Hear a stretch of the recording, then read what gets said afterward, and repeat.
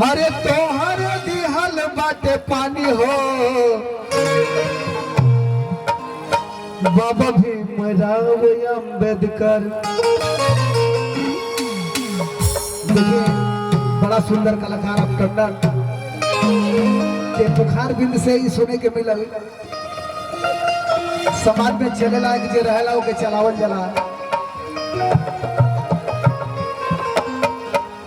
अरे तोहरे दिहल बाटे दाल भात रोटी, अरे तोहरे दिहल बाटे पानी हो भीमराव अम्बेडकर।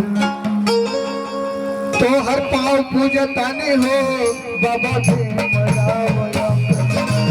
तोहर पाँव पूजतानी हो बाबा भीमराव अम्बेडकर।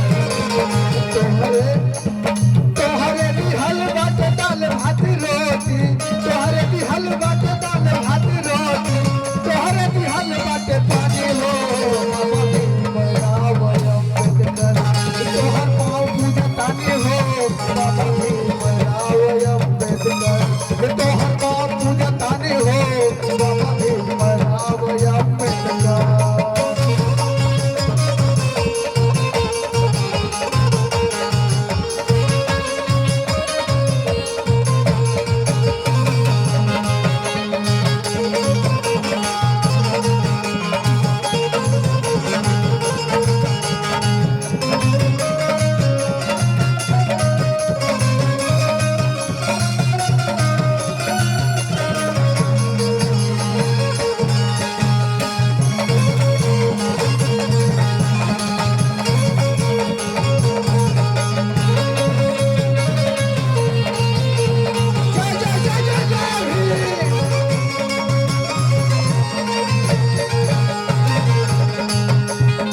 देखी जा प्रमोद भैया के कर कमलों द्वारा प्रमोद टेंट हाउस 21 रुपये का पुरस्कार मिलल। जय भीम नमो बुद्धाय परिवार में गुरु रविदास के आशीर्वाद भर से परिवार आगे बढ़े। अरे जौना कमरिया में झाड़ू बंधत रहे ओमे राइफल लटकवले।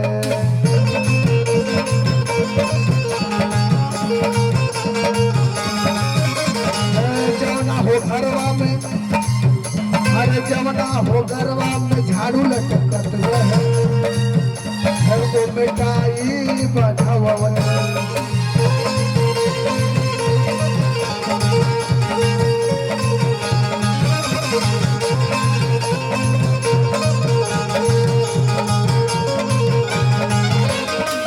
देखी जा 19 साल का दिन बा कि जवन आज हमन का मंच पर खड़ा बनी जा आए आप लोग कुर्सी लगा के बैठा करी।